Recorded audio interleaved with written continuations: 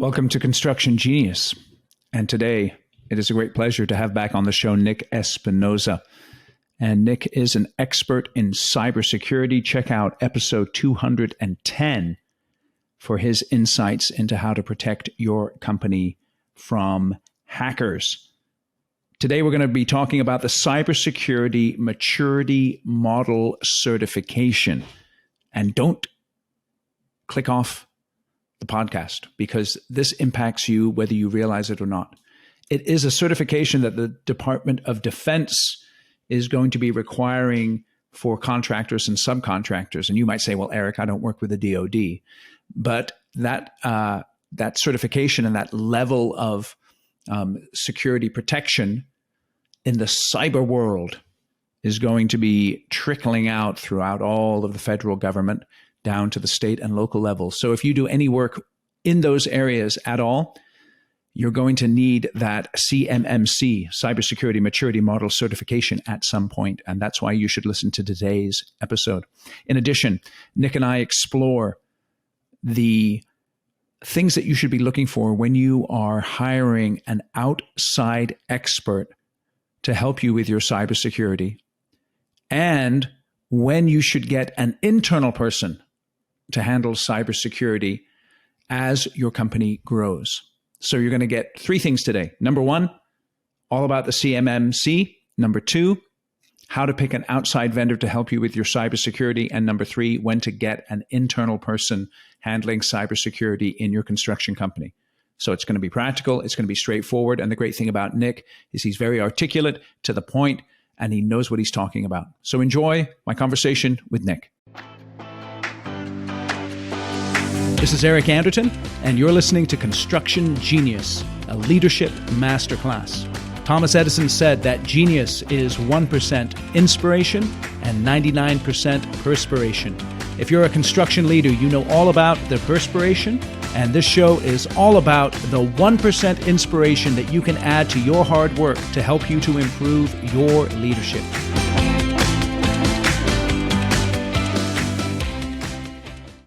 Nick, welcome back to Construction Genius. Thanks for having me again. Good to be here.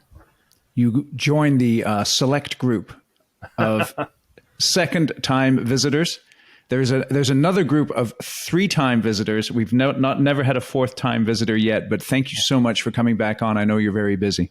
My pleasure. My question is, if I hit 5 times, do I get a jacket? Is there some kind of jacket that I get? Oh man, you know what? You're going to get some. It's funny. I have an 8-year-old, and he's a budding entrepreneur, and he wanted to start a sweater printing business. And so I said, well, why don't we start a Construction Genius store where we take the logo and do all that kind of, the sweaters and the hats. And he was like, yeah, let's do the Construction Genius store. So we will definitely make that happen for you, Nick.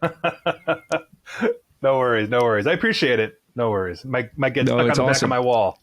There you go. There you go. Beautiful. So I'm bringing you back on because you're an expert in cybersecurity. It's a massive issue. I know last time we talked, I've got one of my clients in my mind right now, huge construction company who took a massive hit like a year or two ago, having to deal with cybersecurity. And I'm here to just dive into your expertise in terms of the Cybersecurity Maturity Model Certification. That's a mouthful, but please tell the audience what that is. Yes. So the CMMC, or Cybersecurity Maturity Model Certification, as you said, the mouthful, is essentially coming out of the Department of Defense, the U.S. Department of Defense. We've had a huge push just overarchingly in the entire world of cybersecurity in the last 5 to 6 years for vendor supply management, but basically in securing your supply chain. Because when you go through all these data breaches, and every week there's some kind of massive data breach, I do literally a breaches of the week video every Sunday, and it keeps getting longer. Half of those or more are we didn't get breached, but we outsourced some aspect of our business, and now they got breached and we have to declare. Well, the Department of Defense is no different, right? They have a defense industrial base, which is 300,000 plus corporations, private corporations that essentially are catering to whatever the Department of Defense needs. They need a warplane built, They're going to get it. They need ammunition. Somebody's going to get that, right? Now you've got on top of that construction. You need the Marine barracks built. You need landing strips for your Air Force, et cetera, et cetera. God knows what the Space Force needs. And so the Department of Defense came out and basically said, we are sick and tired of having China and Russia and all of our basically opponents eat our technological lunch every day. The DoD is not really getting hacked, but the defense industrial base is getting hacked because while they've always had a standard to say, hey, are you actually doing security? Everybody could say, sure, yeah, we're doing it, we're fine. And then everybody gets hacked.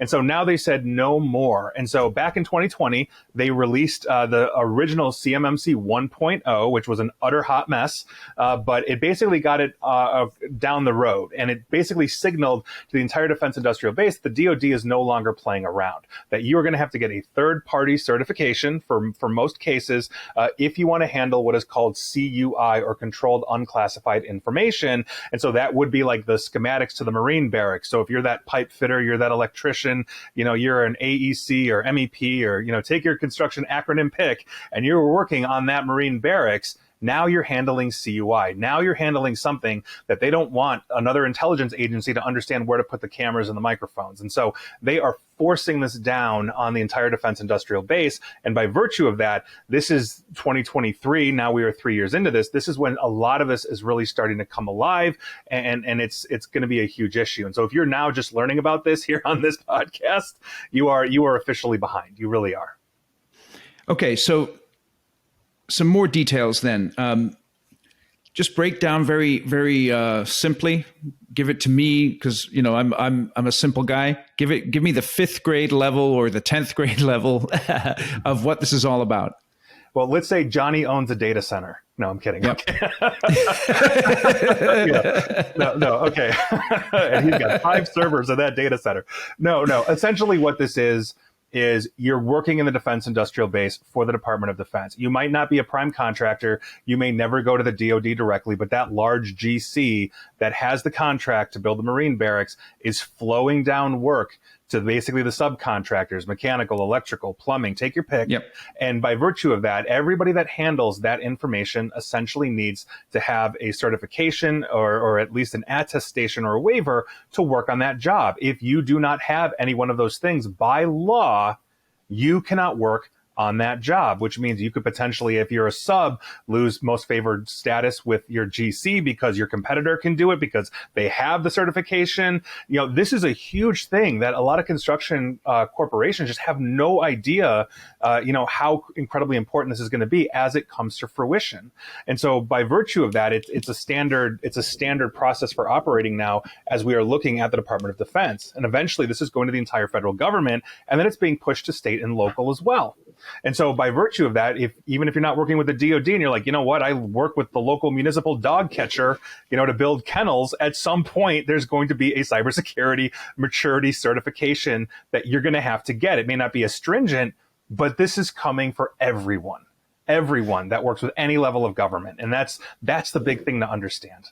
Okay, great. So that makes it clearer for me that it's not just the DoD, but it's going to be everyone eventually. Yes. So what are those 3 levels of the CMMC, the 2.0? Where are we at the moment with that? Yes, yeah. So CMMC, the original, as I mentioned, there was 1.0 when it first came out. That was 5 levels that you had to go to. And if you were basically that GC or that subcontractor, level 3 is where over 90% a defense industrial base is going to. But they streamlined that in 2.0. And so now there are 3 levels. The first level remains the same, just basic cyber hygiene, but that doesn't allow you to handle that controlled unclassified information. And so now 90% of the defense industrial base, aka the listeners here, are going to level 2. And level 2 is now considered that good cyber hygiene. Level 3 are for the big boys, like the Lockheeds, the space contractors, aerospace, that kind of thing. But if you're a GC, you're a sub, you're MEP, AEC, et cetera, level 2 is what you're targeting. And here we are. It's 110 security controls with policies, procedures, evidence, everything that is required. So it's going to be for some a heavy lift. For others, you might be halfway down the road or more, in which case, just finish those projects, secure yourself, get the paperwork in order, and you can start looking at getting a certification. But again, it takes time, money, energy, effort, all those things. Okay, so let's say I'm a contractor. I know this is coming down the pipeline. I haven't done anything yet, or maybe it's the first time I'm hearing about it. Give us very quickly some first steps that I can take to get to at least that level 2. Yes. So the first thing that you should do is really indicate to the federal government that you are interested in working with the Defense Industrial Base and the federal government as well. So you can sign up for what is called the SPRS. This is the supplier portal, like risk system that the DoD has. And so you're supplying your cage codes from the U.S. government to say, hey, I am contractor X, and I'm interested in going down this road. Then you do a self-score. Out of basically the 110 controls. Are you rocking it out? Are you not? And I will give you a caveat on that. Some of the early advice that was given to a lot of companies out there was just score yourself as 110, no matter how bad you are. You could be a 1, score yourself 110, and then put everything in what is called POAM mode, plan of action and milestones, meaning, we've got 90 controls to go, but we're going to get them done in the next year. Well, the government then went back and started looking at companies for fraud. They're not doing that. So be honest with that score. If you're really at 40 out of 110, you're at 40. If you're at 10, if you're at 109, you're at 109. But be honest with that. But what you're doing is you're signaling that you are going down that road. And then from there, I highly recommend getting an overview assessment based off of the CMMC standard or the NIST standard, NIST 800, which is what CMMC is based on. And so that will give you a roadmap to understand, okay, here are of the 110 things, here's the 80 things I've got to do, and we're going to prioritize the big rock things, get those done, and the little things will fall into place. No project like this should take more than 8 fiscal quarters or 2 years. That's beyond important because the technology is rapidly changing. But also understand that these rules, because they've been submitted, they're going to go online somewhere between late 2023 and early 2024. Right now was originally going to be May. That's being pushed back, which gives you some breathing room. But also understand, if you're starting down this road right now, you're probably a year and a half behind your competitors. And there are plenty of construction companies out there that are already doing this and have started back in 2020 that are almost there or are there. And so this is a huge thing that we need to understand. We've got to get moving on this. It's beyond important. Okay, and for the audience, just so you know, I know Nick's firing out a lot of different parts of information here. No, it's cool. It's cool, Nick. We're going to put links in the show notes so that everything that we've discussed here, there'll be some links that you can click on and you can get more information so that you can spend some time after the show taking a look at the various pieces of information. Now, let's go back to this 110 security controls. Yes. Okay, so you talked about big rocks. What are the big rocks in those 110 security controls? Sure. So some of the things that, and I will start with where a lot of corporations or organizations fall down that we have seen historically. There are, of those overarching, if you're looking at the NIST framework, there are basically 22 categories at the high level. And those are the ones that have all the little controls underneath it. And so it usually starts with things like asset management. Do you know where all of your computers, your tablets, your IoT devices, your phones, et cetera, are? If you do not have a total control of your asset management and can prove it, then how do you know your stuff is protected? How do you know it's not being stolen? How do you know it's up to code? So we start with those kinds of things. We're also looking at identifying risk to the organization. Do you have a risk management strategy? Have you done a risk assessment to yourself? Like, what happens if you get ransomware? What happens if a tornado hits? What happens if, an employee decides to walk away with your prospects list and go to your competitor? These are things that we have to quantify as an organization and figure out ways. Do we accept this risk because there's nothing we can do about it? Is there something we can fix? Can we transfer it to a third party? I mean, these are things that we have to understand. And then there's other things like access control. How are you, does everybody have a unique username and password on your network? Or, are 20 guys in your shipping department all logging into the computer as shipping? And then they get ransomware, and now you got 20 guys pointing the finger at each other, right? These are things that we have to look at. On top of it, it's data security. Everybody thinks cybersecurity is your firewall and your antivirus and all that stuff, and it is. That's part of it, but that's data security. And then there's contingency planning. How are you handling a disaster? Do you have incident response? How are you maintaining your network? How are you maintaining your defensive stuff? There's a lot of different things that go into this, but if you're starting down this road, this is why we start with an assessment.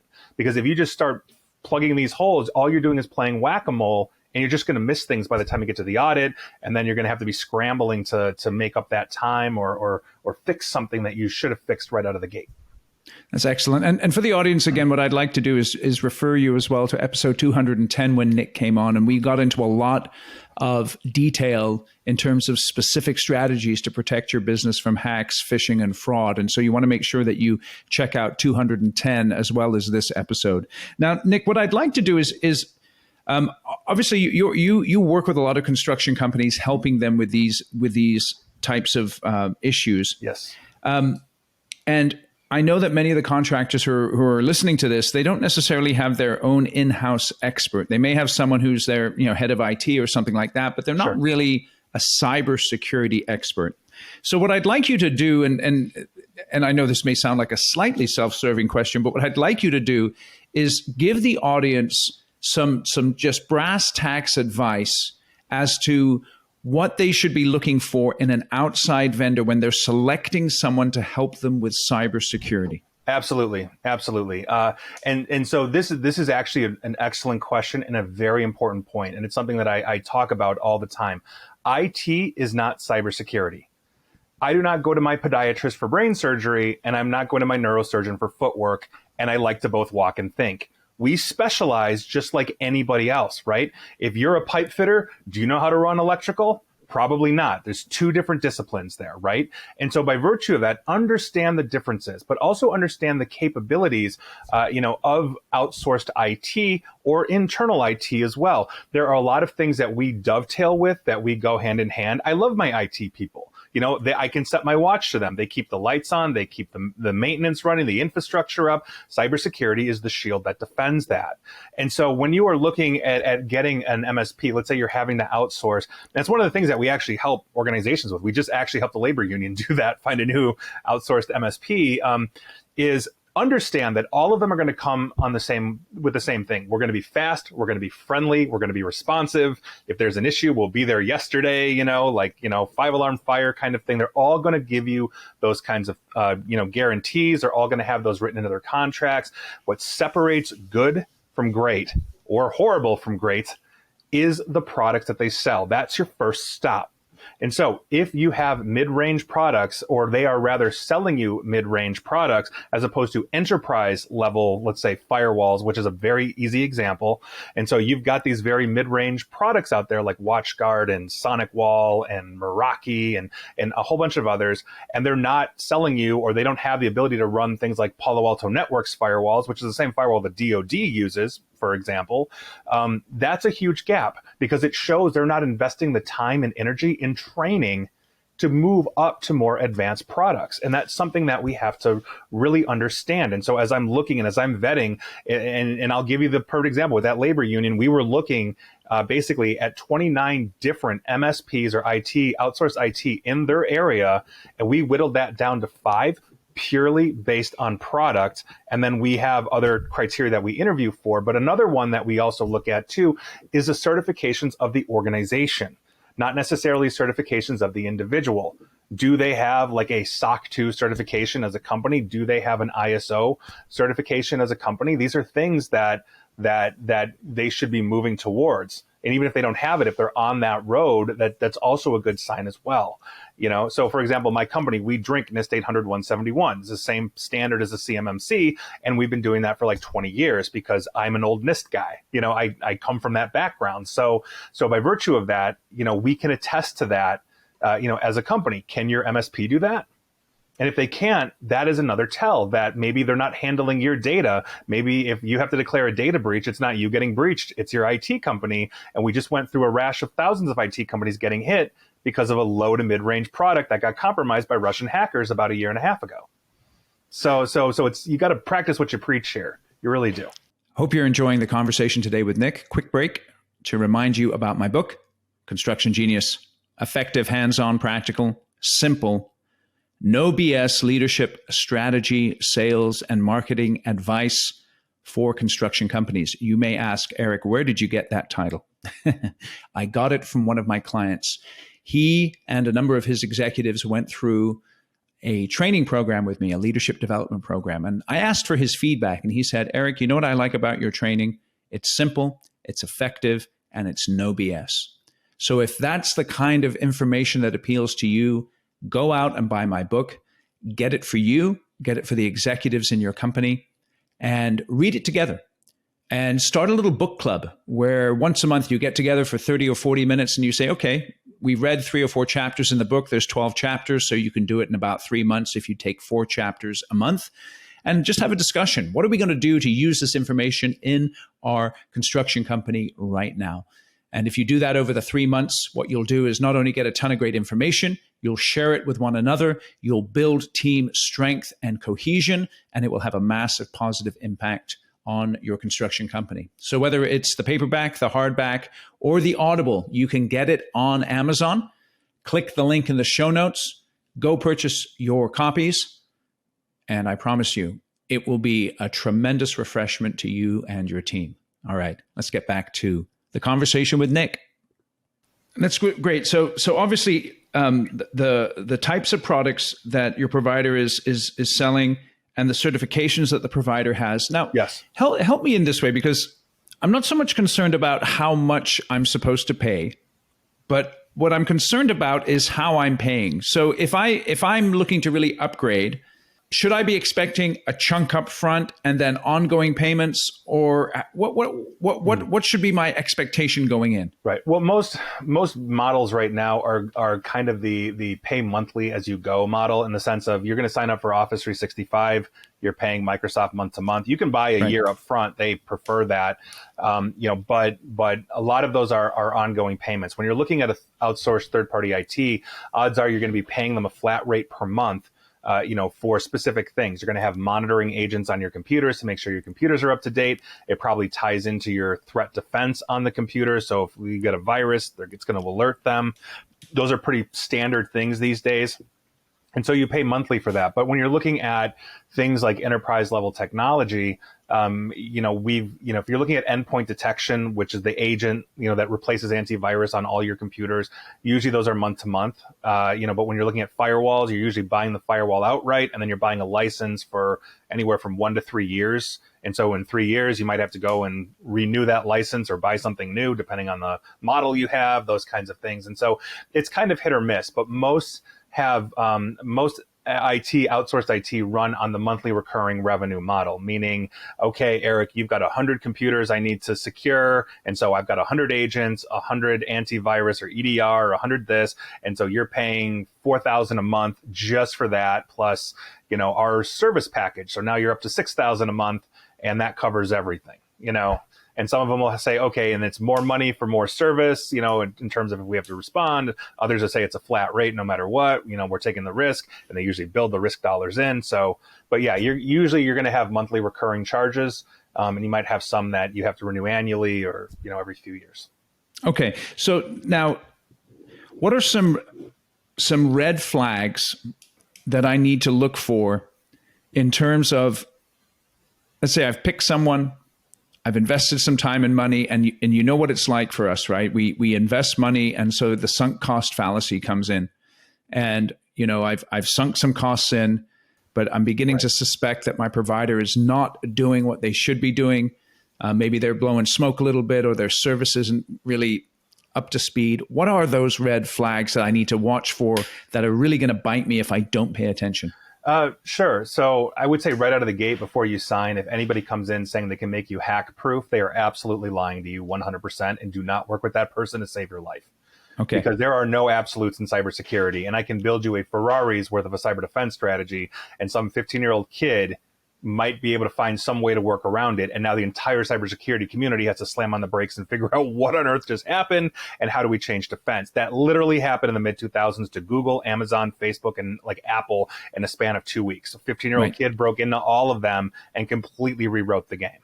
So first things first, there are no absolutes in technology, in the sense that I can build you an excellent cyber defense strategy that makes it very, very hard to break into you. But at the end of the day, there are no guarantees. And that's just the unfortunate truth of that. I'm just being honest here. That's a red flag right out of the gate. So if somebody's saying, oh, yes, well, you'll be bulletproof. No way. The other big thing, too, is honestly, if they're failing to meet expectations right out of the gate, that's not a good sign. We literally just had one of these where we went through that vetting process, and there are things that I cannot judge because I do not have to live day to day working with this IT company. My client does. And so they're the ones judging, okay, do I like these people or do I want to punch them every time they walk through the door? Are they not, is this a good fit? And they had one that they thought was a good fit, had the right technology, but when they had essentially like a massive spamming attack, that company just was not responsive for weeks in an effective manner, leaving them open. And that to me is a huge red flag on, did you actually make the right choice? Should we be looking somewhere else? If you're not getting these things done in a timely manner, it's an issue. Or even basic things. I mean, understanding we've had some supply chain risks, but I had a company that couldn't get a single laptop for 2 months. Yep. And that's why they came to me and said, we need to switch. So it's usually, if they're not living up to what they've promised, we'll respond within 15 minutes and it's actually 4 hours. Yep. That's a good indicator. Okay. So let me ask another question then. At what point do I begin to build my own internal IT, more than just an IT department, but let's say, do you have any clients who, for instance, have an internal security expert and use your services in addition? You know what I'm saying? I'm just trying to help people think about how they should be looking at it. Tell me about that. Yeah. So I have several clients that have their own internal IT and cybersecurity teams. They're that big. I mean, my clients range from small to Fortune 100. I mean, I work with the United Nations, right. So I run the gamut here. I really do. And so I go wherever there's a need. I mean, it doesn't matter to me how big you are. If you need cybersecurity, we're here, and so I have plenty of clients that do that, and we become advisors and consultants. We're never the boots on the ground. You're never hiring me to fix your printer. I'm not taking that job, but I'm advising you on how to defend your printer, and then you're implementing it based on my design, my advice, et cetera.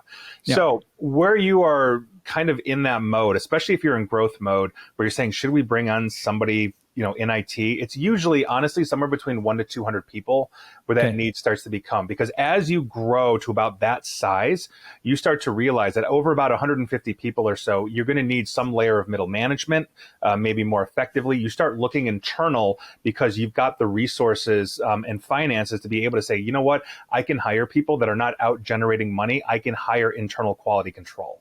Yes. And as soon as you start seeing that, then you start to understand that. And so at that level, you usually are not hiring like a chief information security officer because that's prohibitively expensive. But what you're doing is you're hiring basic IT that will take directions from, let's say, more experienced outside. So why would you call an IT company to like fix Word, or reboot a computer or replace a mouse or something like that when you can have somebody for pretty inexpensive to do that? And the response time is instant because literally the person is in your office or works on your behalf. They've got no other job. All they're doing is focusing on your team, your people.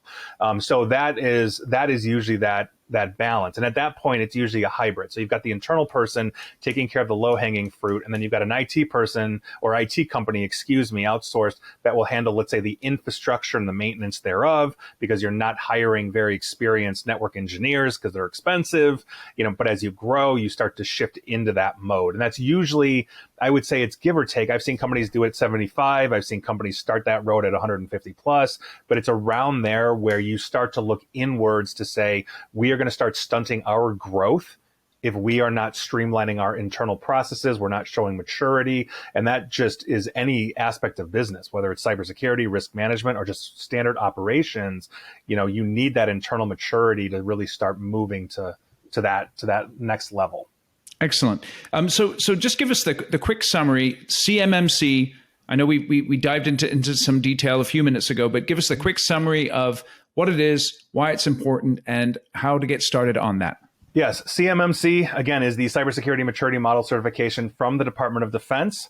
It's essentially going to be required to go to level 2 for most organizations in construction. There are a few exceptions with possible waivers, but those are one-time things. So look at getting certified for that. It continues to keep your most favored status with your GCs, because if your competitors get it and they're a one-stop shop, you're kind of getting cut out, because by law, you're not going to be able to work on a lot of these DoD projects. This is also coming for the rest of the federal government, eventually trickling down to state and local in some form. So you've got to get down this road now. The laws or the rules are going to be online officially enforced in something like 6 to 8 months from now, as what we know. So make sure you're getting down that road. This is very important, and start now. Register with the government and the SPRS, and go down that road and start that self-assessment, and then get an overview assessment of your organization, and then start implementing and get that certification. Excellent. Nick, please tell the audience more about yourself, what you do, and how they can contact you. Sure. Yeah. So I'm Nick Espinosa. I'm the chief security fanatic of Security Fanatics. We do all things cybersecurity, cyber warfare, cyber terrorism, infrastructure, government compliance, all those things. On top of that, I've done 4 TED Talks, co-authored a best-selling book. I write for Forbes and Smirkanish of CNN. Have a nationally syndicated radio show, and find me on LinkedIn or Twitter. It's either /Nick Espinosa, or Twitter is Nick AESP, or follow me on YouTube. I could use the followers there. So knock yourself out. Excellent. We'll make sure that all those are in the show notes. Now, I'd like to end this conversation with a slight detour. You and I, just before we started, were having a parenting discussion, and you had an insight that I had never thought of.